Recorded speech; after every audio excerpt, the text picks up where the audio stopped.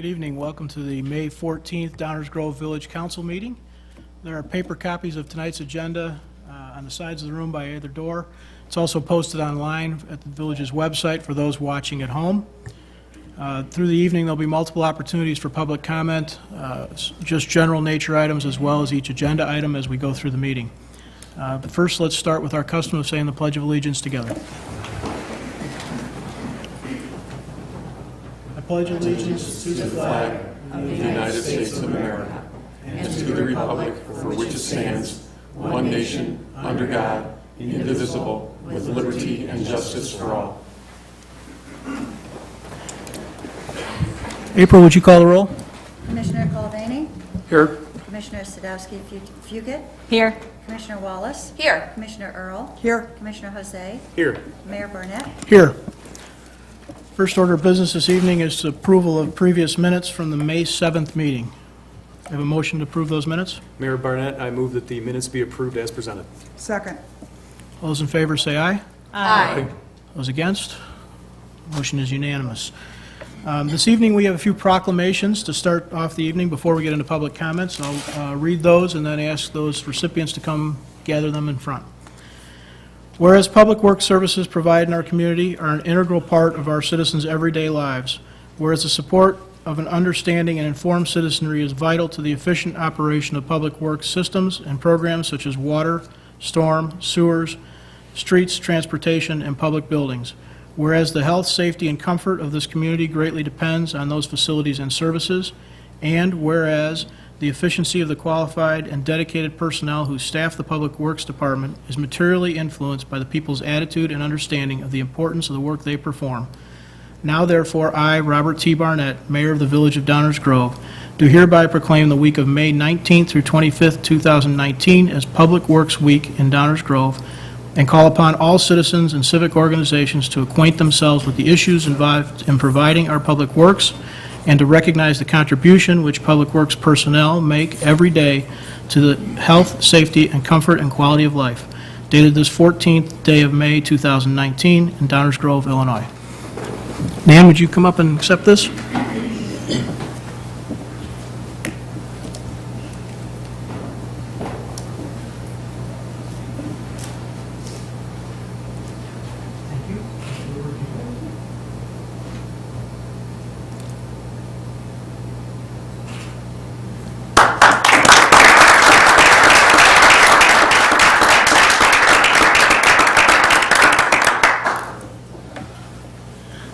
Should have mentioned Nan's our Public Works Director. Apologies. That would have been good to mention.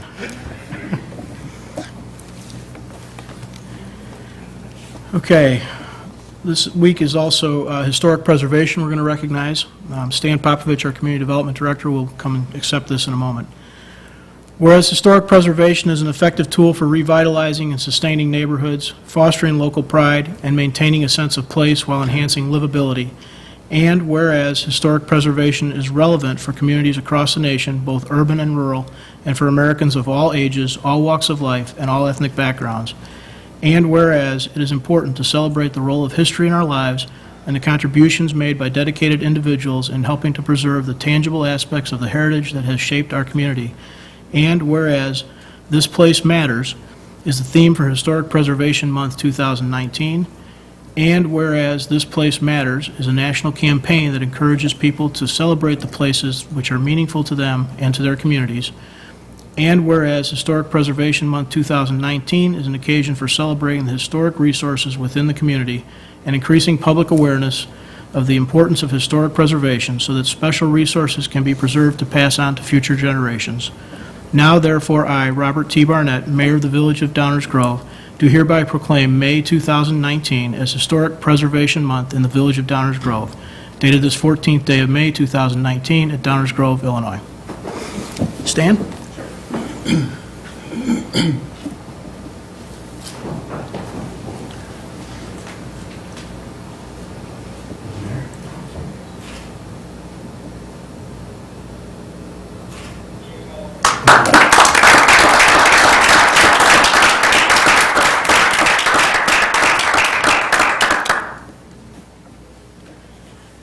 We're not done. One more.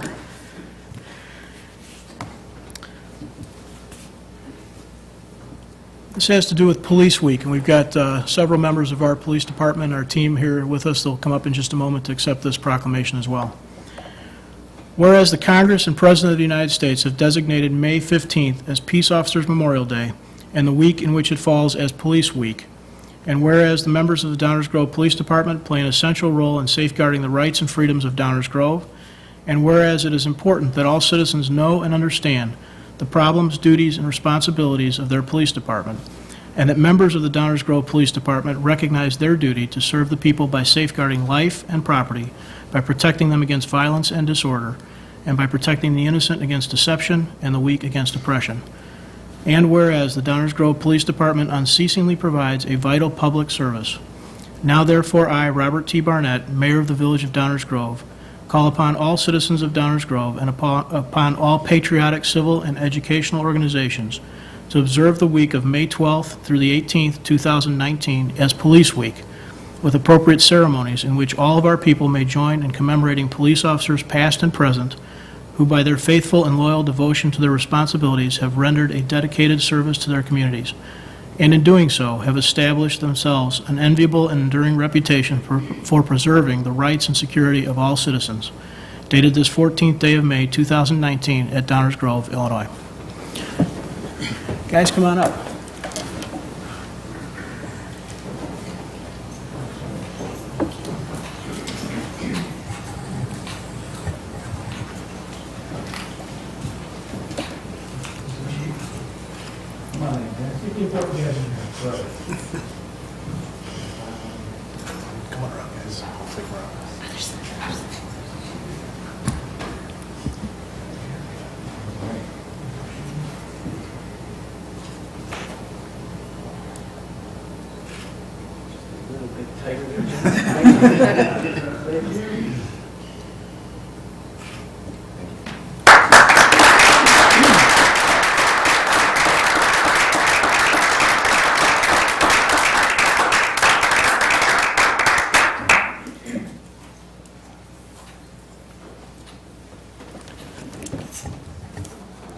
Okay, we're at item 5 on the agenda, which is public comments on any items not otherwise listed on the agenda. If there are any folks who have comments for this evening, please step up to the podium and let us know.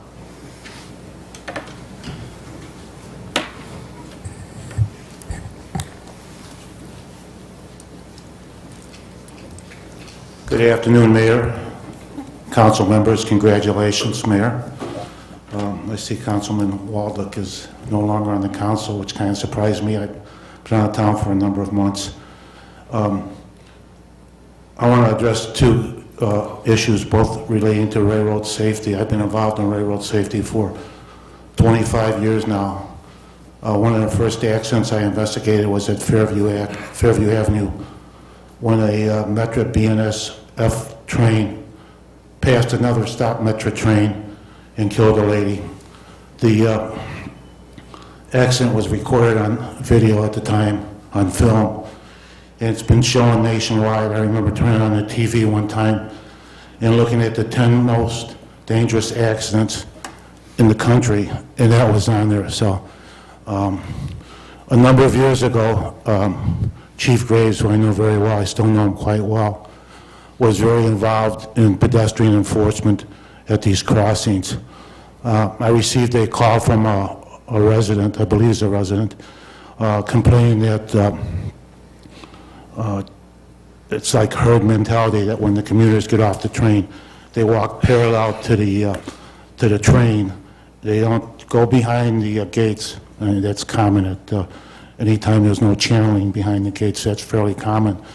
But now, as soon as the train pulls out, just through herd mentality mainly, they start crossing. When Chief Graves started the enforcement, and it was just basically periodic enforcement, it stopped within, I would say, within 4 to 5 weeks. This type of herd mentality, when the train pulls out, the gates are still down, the people rush across, it stopped. It was on the local video, I think it was Channel 6 at the time, I no longer get it. There was, as a matter of fact, I was on the program, it was a TV program, and I said that, you know, it really hurts the people in two ways. First of all, they're embarrassed when the police officer stops them. and I don't care what the fine is. It could be $25, it could be $1. They're embarrassed. They see the other people around them, and they get embarrassed. They miss their train, and it's an inconvenience. They either have to go to court or they pay the fine. I know the Downers Grove Police Department is one of the best. As a matter of fact, I wrote a letter, I think when Chief Porter was there, how they helped me in a particular situation. When I took a walk with my dog about 3 in the morning, there was somebody in my car, and they came out right away, and the person was arrested. He served a year in jail, and I did write a letter. They were trying to get some kind of certificate, and I hope I helped them a little bit. But if they could just start some periodic enforcement at the crossing, that would be wonderful. And they don't have to have a police officer there for long periods of time. They know when the train, it's mainly when the commuters come home in the evening. That's when they all get off at one time, and that's when they cross, either to catch the bus or to go to the parking lot or wherever. And if they just had the schedule and they just stop their patrol car there just for a few minutes when they get off, they'll see within 5-6 weeks it'll stop. And it stopped for the longest period of time. So thank you, Downers Grove Police Department. I appreciate your efforts. The other thing is, I ran a long time ago, must be about 20 years now. I ran for state rep with Brian Krajewski and Patty Bellick and Pat Trowbridge, and that was a primary election, and I came in dead last. But one of my campaign, one of the things I wanted to accomplish was grade separation. And then Brian Krajewski came in, and he formed a Belmont Underpass or Grade Separation Task Force. I don't think we knew at the time it was going to be an underpass, but it developed into an underpass. And that was a long time ago. And Brian Krajewski, I still think that was one of the great things he did.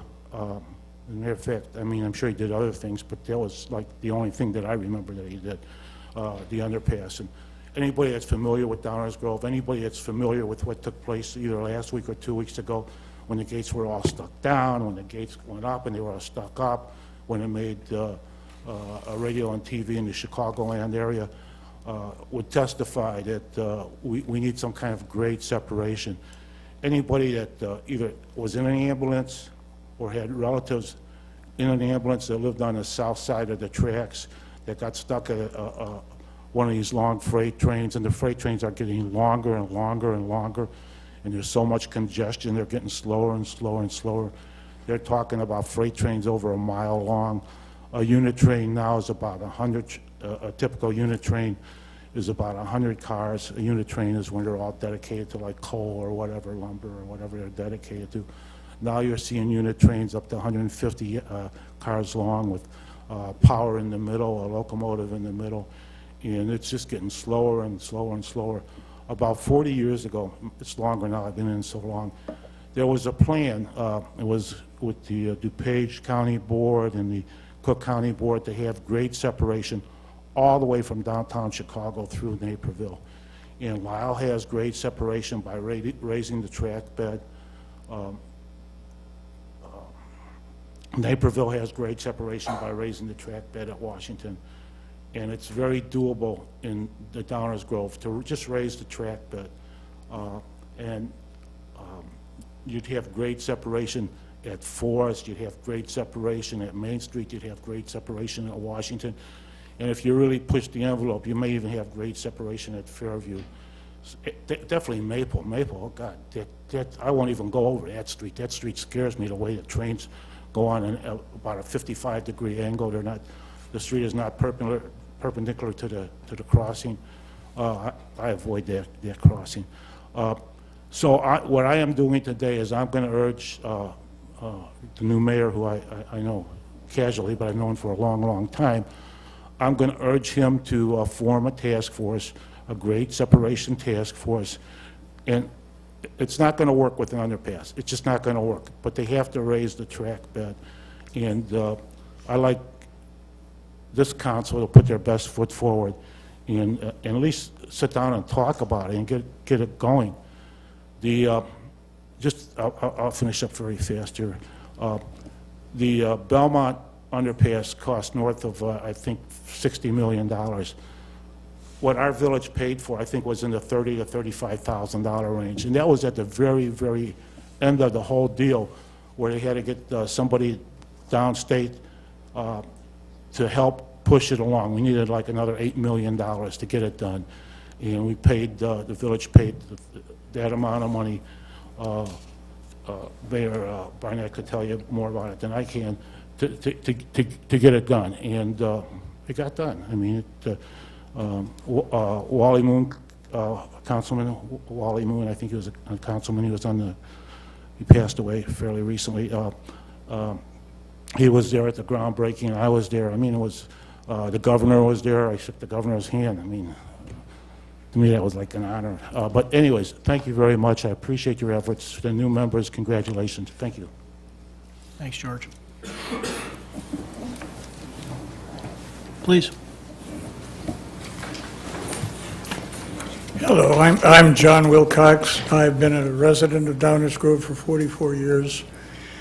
Last fall, because of my concern like George about pedestrian crossings, I did a video at Main Street at the 5 o'clock, I guess, rush hour, and I counted 41 people who had crossed or were crossing the railroad tracks before the train tracks were fully up. I called the police chief. He said, well, that's a metropolitan. And so far, nothing's been done. I could see the possibility of 30 or 40 people being killed by one of these fast trains that come through right at the same time that the Burlington Northern that the Metro is letting people off. And I have the video on my phone. So if, Chief, you want to see it, you're welcome to. Thank you. Thank you. Any others?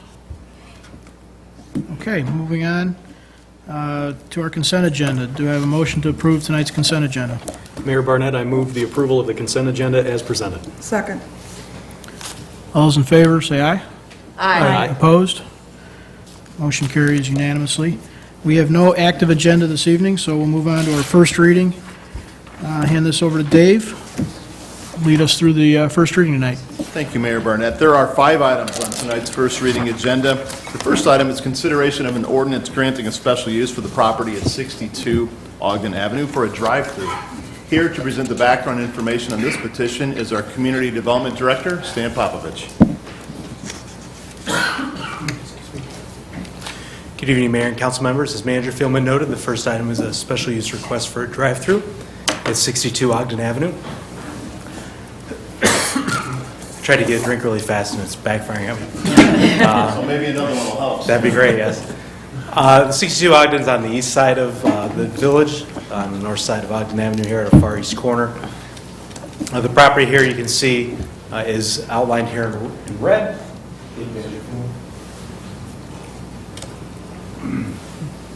Consists of 2 parcels. What we're looking at is the outbuilding here, specifically in this corner, the east side of the building there. If we zoom in a little bit, we can see existing conditions. The building's outlined in blue, and then there's some existing parking around the building. The existing Starbucks that's there is in the lower left-hand corner, which will be the southwest corner of the building. They're proposing to move to the east side of the building to facilitate a drive-through. The proposed plan would create a drive-through lane on the east side of the building where traffic would enter from the parking lot and then rotate around the building in a counterclockwise motion. So there's a drive-through window on the east side of the building there, and then exit out into the parking lot.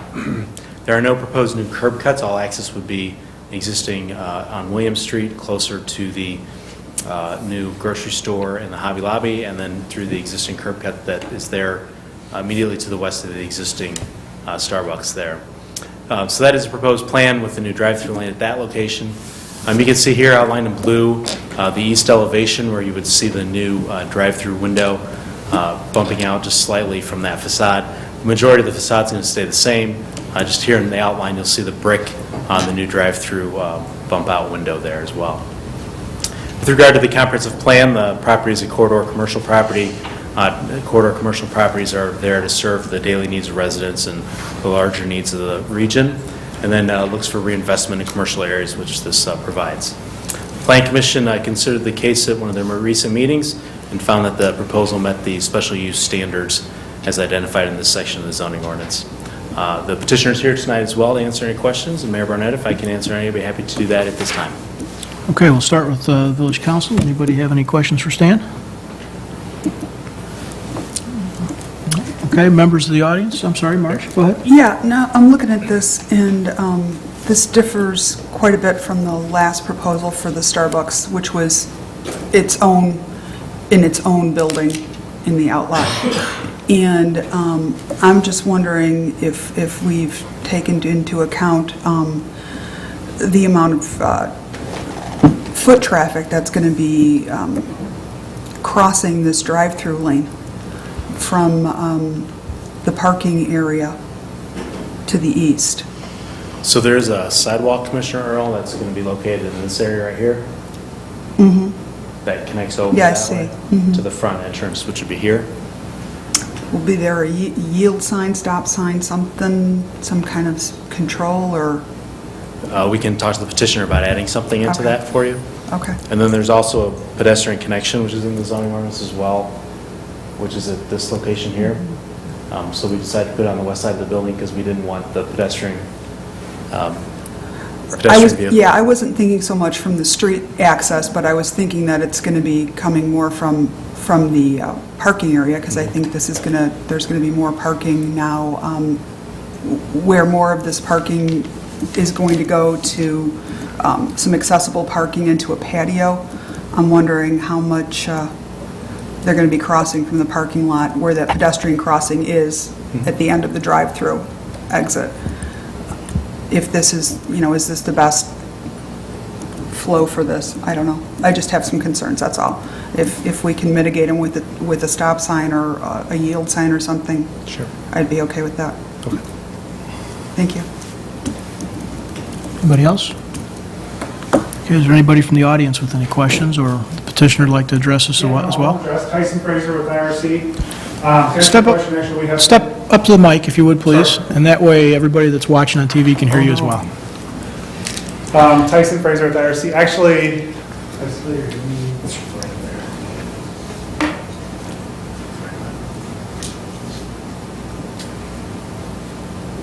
So there is stamped concrete here that's required, and there will be a stop sign to address that concern.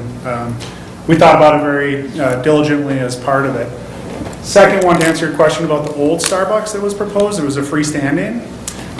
The anchor tenants that we did there actually restricted that within those leases because they didn't want their sightlines prohibited from Ogden Avenue. Thank you. Okay. Thank you. Any other audience comments on this subject? Okay, back to the council. Additional comments? Okay, let's move on. Thank you, Mayor Barnett. The second item is consideration of an ordinance authorizing the special use, this time at the property at 2300 Wisconsin. Stan. Again, Mayor and Council, the special use for 2300 Wisconsin, units 306 and 307. 2300 Wisconsin is on the west side of town in the Ellsworth Industrial Park, located on the north side of Wisconsin Avenue. The property here is outlined in red. The petitioner is proposing a vehicle repair and maintenance business. It's going to be a detailing shop for high-end vehicles. The property consists of 3 buildings. They're going to be in 306 and 307, which is outlined here in blue.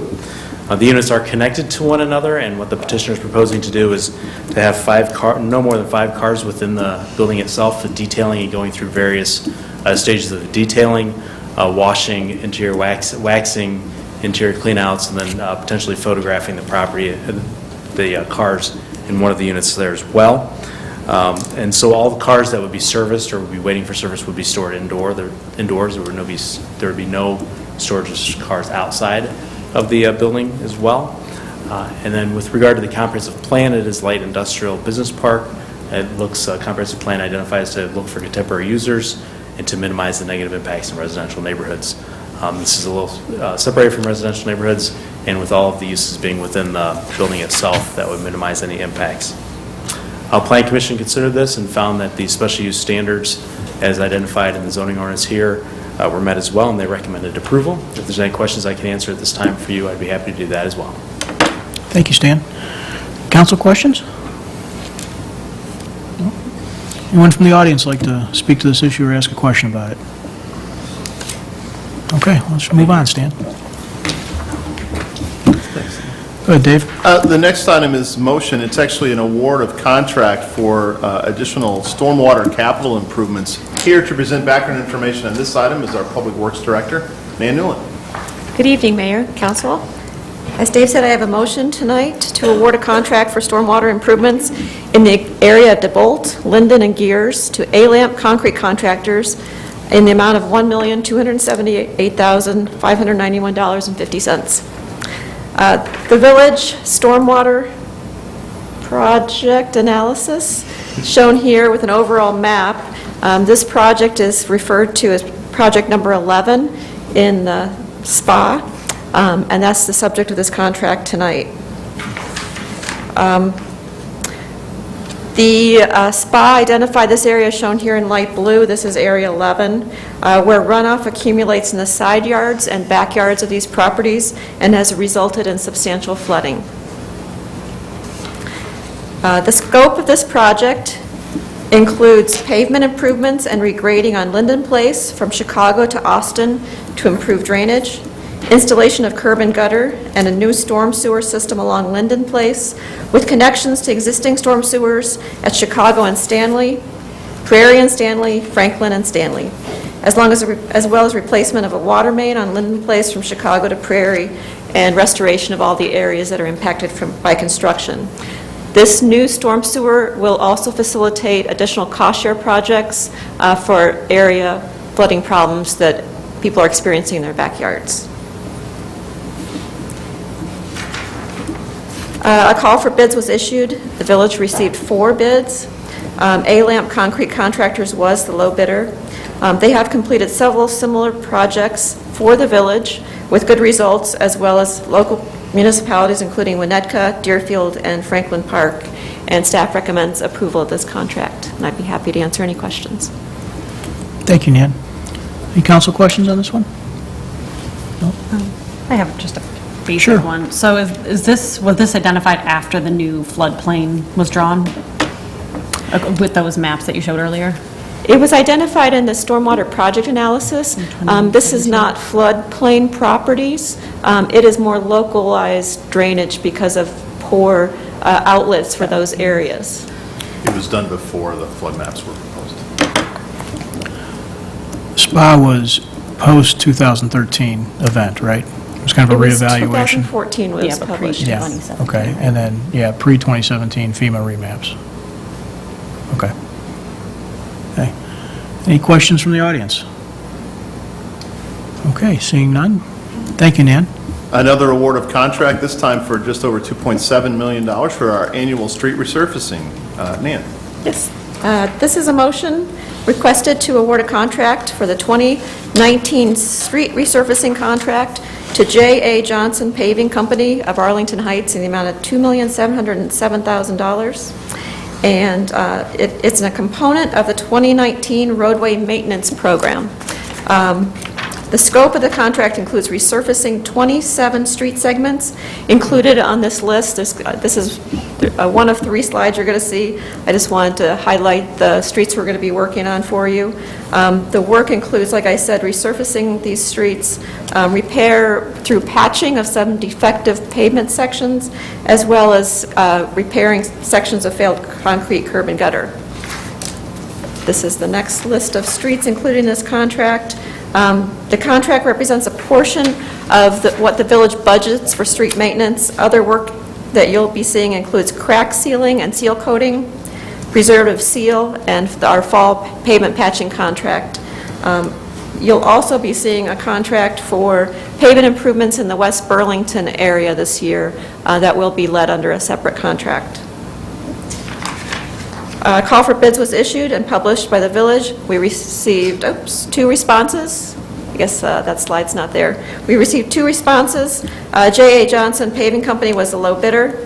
They have satisfactorily completed comparable contracts for the village in 2015, 16, 17, and 18, and staff recommends award of this contract to J.A. Johnson. And I'd be happy to answer any questions. Okay, are there any council questions on this issue? No?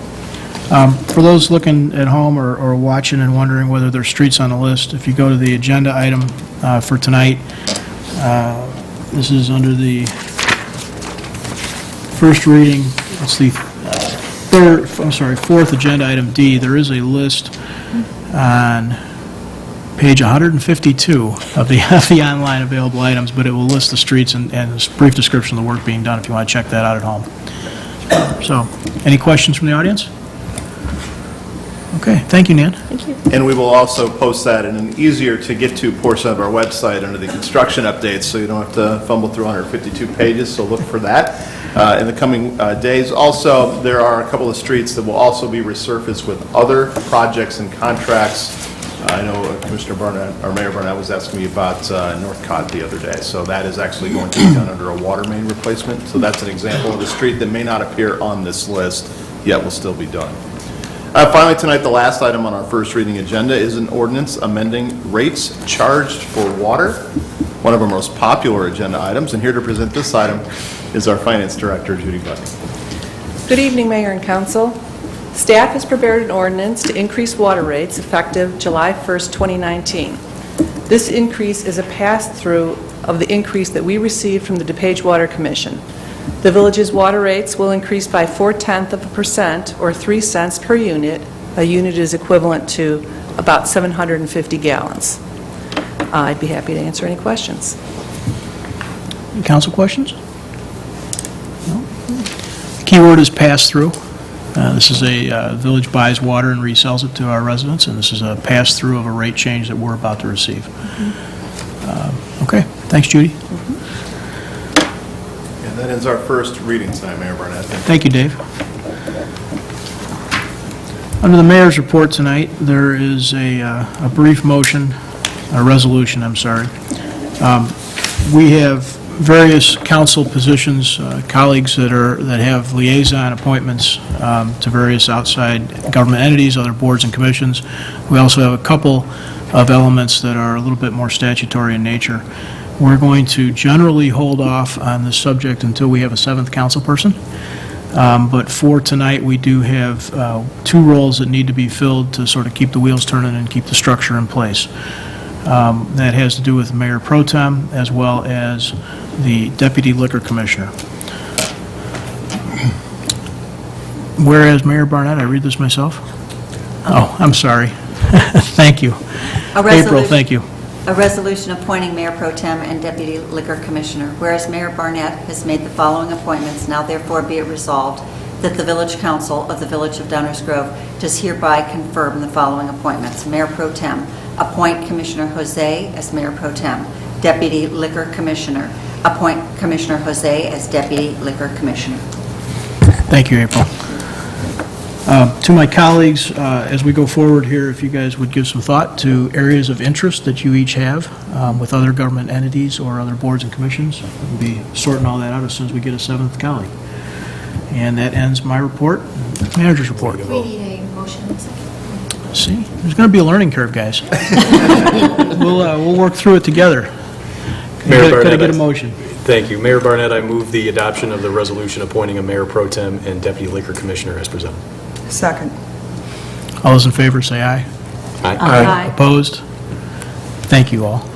Thanks for bearing with me. Dave, over to you. No report, Mayor Barnett. Thank you. Oh, fantastic. Right back to you. Fantastic. Enza, attorney's report. Thank you, Mayor. I do have a report, 3 items to present tonight. The first is an ordinance authorizing a special use for 62 Ogden Avenue to permit a drive-through, an ordinance authorizing a special use for 2300 Wisconsin Avenue to permit a personal vehicle repair and maintenance business, and an ordinance amending rates charged for water. All 3 items will be on next week's agenda. Thank you, Mayor. That is all. Thank you, Enza. Council member reports. Start with Commissioner Earl. No report, Mayor. Commissioner Jose. No report, Mayor. Commissioner Colavani. Two small reports on behalf of Downers Grove Historical Society. We completed a successful Founder's Day with 14 events, which started on Saturday, April 27th, and concluded on Thursday, May 9th. The second report is we had a wonderful event held at the Avery Coonley School that discussed the history and the architecture of the Avery Coonley School, presented by Rebecca Matlocke-Meslin, who is the Director of Enrollment and Financial Aid there. Was well attended, over 50 attendees. Got an interesting presentation on how the school looked years ago and with similar shots today, and then a wonderful presentation and then a tour. So it was a great way to finish up Founder's Day. Thanks, Rich. Mr. Sadowski-Fugit. No report, Mayor. Commissioner Wallace. 37 more days until breakfast! That's all, Mayor, thank you. All right, moving on. We are actually not going to adjourn. We are going to go to executive session and talk a little bit about the replacement council person. So could I get a motion? Mayor Barnett, I move to convene into closed session pursuant to Section 2C3 of the Illinois Open Meetings Act to consider the selection of a person to fill a village office, which the village council is given the power to appoint under law. Second. April, let's do a roll call, please. Commissioner Jose? Aye. Commissioner Earl? Aye. Commissioner Colavani? Aye. Commissioner Sadowski-Fugit? Aye. Commissioner Wallace? Aye. Mayor Barnett? Aye. And we're adjourned to executive session. Thank you all for coming and watching at home tonight.